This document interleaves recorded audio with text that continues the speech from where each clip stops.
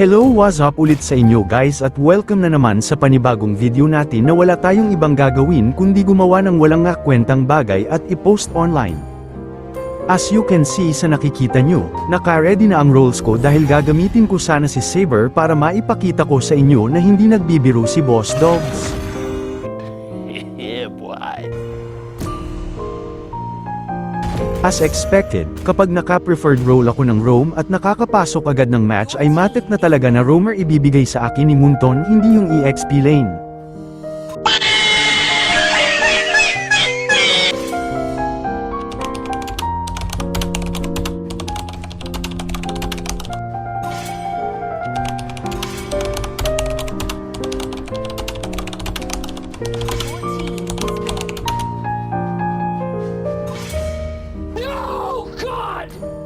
Mga walang hiya kakasimula pa lang ng laro ay pinahiya nyo na kaagad ako, wala kayong mga puso.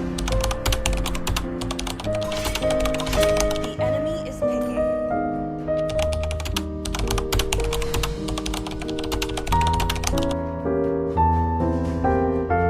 Abay sinusubukan mo talaga ako, sige at dahil yan ang gusto nyo sige bigayin nyo driver ko para makauwi na ako kaagad.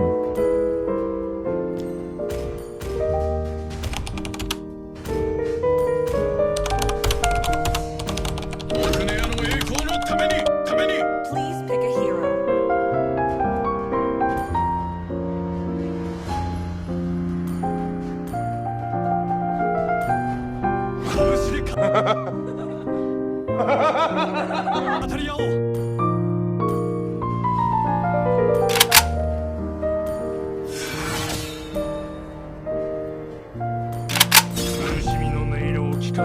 Mamaya ka sa akin Wise, ipaparamdam ko sa iyo ang sakit na pinadama mo kay Boss Dogs. 手で闇を葬るスナイパー準備完了 Ang ganda ng lineup nung kalaban samantalang yung sa amin medyo okay naman maliban sa gumamit ng Pakito Roam na naka-sprint at concussive blast.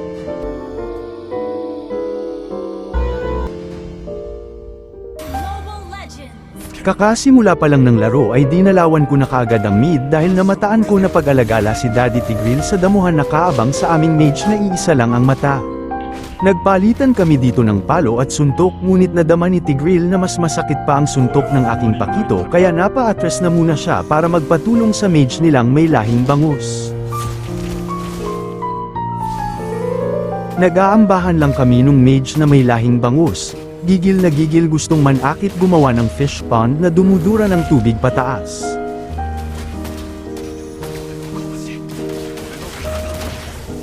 Lumayo ka sa akin Wise baka masuntok kita sa panga at baka makatulog ka pa at di magising ng isang buwan.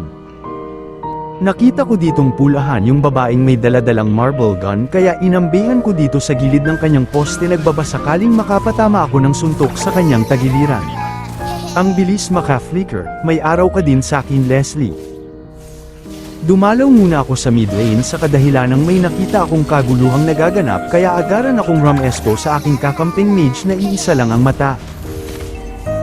Iniisa-isa ng pinagpupukol ni Karina ang aking kasamahan sa bot lane habang kami dito sa taas ay nagtsyempohan sa kung sino ang unang makakagawa ng maling galaw. Tumigil ka sa pinaggagawa mong babaeng may lahing bangus para hindi kita mabigyan ng combo na tinuro pa sa akin ni Idol Manny Pacquiao. Namataan namin ang babaeng may lahing bangus na nagtatago sa bush kaya agaran nimo itong binanata ni Cyclops para lumayo at di makapanggulo sa pagpaslang namin sa higanteng pagong. Nakuha man nila ang pagong ang mahalaga na patumba din namin yung babaeng may lahing bangus. Susubukan ko lang sanang palayuin ang Taz dito ngunit sa kasamaang palad ay may ultimate na pala ito at sinamahan pa siya ni Wise, mamaya ka talaga sa akin Wise.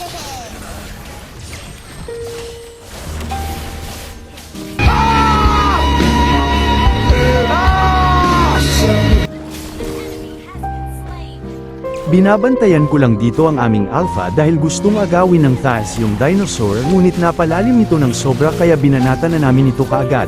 Sleepwell talaga ang aabutin kapag tatamaan ka ng suntok sa iyong tagiliran.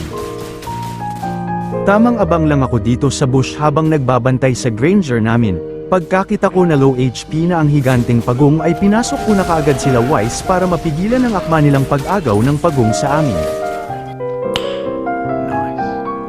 Hinabol namin dito ang mga kalaban ngunit sa hindi inaasahang pangyayari ay kami patuloy ang nadali.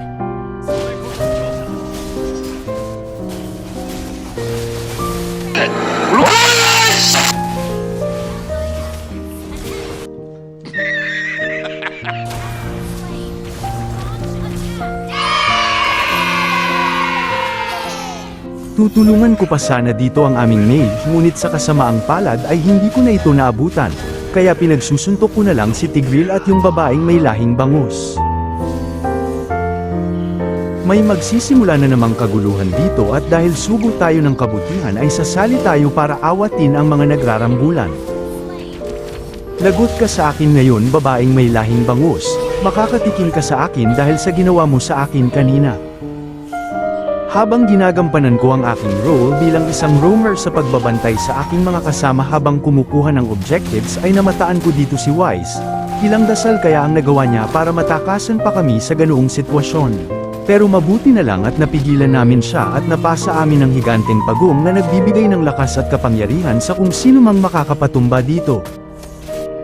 Inaabangan ko lang sana to si Leslie para makabawi sa pagpapahiya niya sa akin kanina sa top, ngunit sa hindi ko inaasahang pangyayari ay mas lalo patuloy akong napahiya. Pinahiya niyo. Makakaganti din ako sa iyo Leslie matapos mo akong mapahiya ng 2 beses.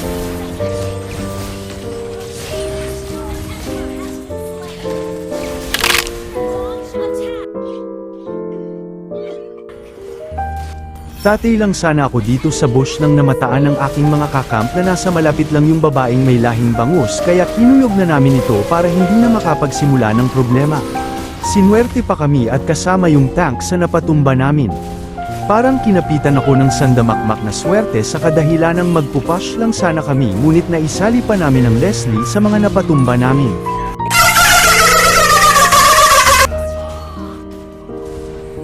Dito ay sinapian ako ng espiritu ni Chano at nakapag-set din ng maayos yung pakito ko.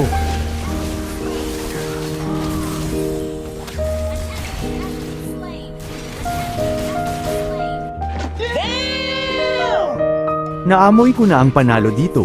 Mapapatunayan ko na sa inyo na sadyang minalas lang si Boss Dog sa MPL pero maganda parent Panganser este magandang gamitin yung pakito kahit roamer. Kakasabi ko lang na mananalo na kami ngunit sumugod bigla ang mga kakamp na wala ako. Huwag niyo na akong pahiyain please maawa kayo sa akin.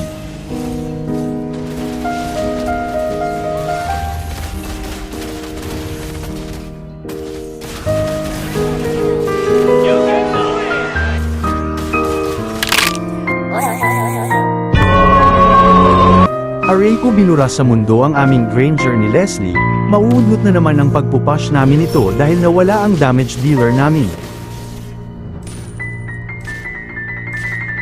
Binabawi ko na ang aking sinasabi kanina dahil nangangamoy na naman kaming talo dahil kinuha ni Wise yung lumilipad na dinosaur.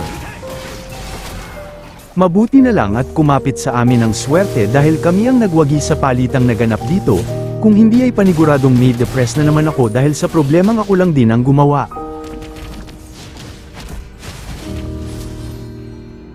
Tatakbo ka pa talaga Tigreal, huwag ka nang lumayo para mas mapadali natin ang iyong paghihirap.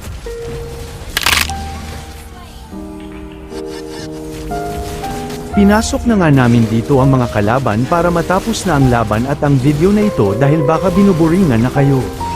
Matindi din ang mga kalaban namin dahil kahit ladedehado ay ginagawa pair nila ang lahat para hindi mabasag namin yung base nila.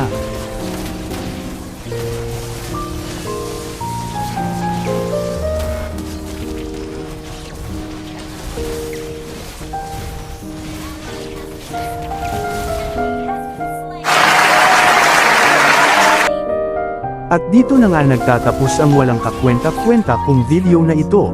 Naway wala kayong natutunan at huwag niyong gayahin para di iiyak ang inyong kakam. Maraming salamat at hanggang sa muli, paalam.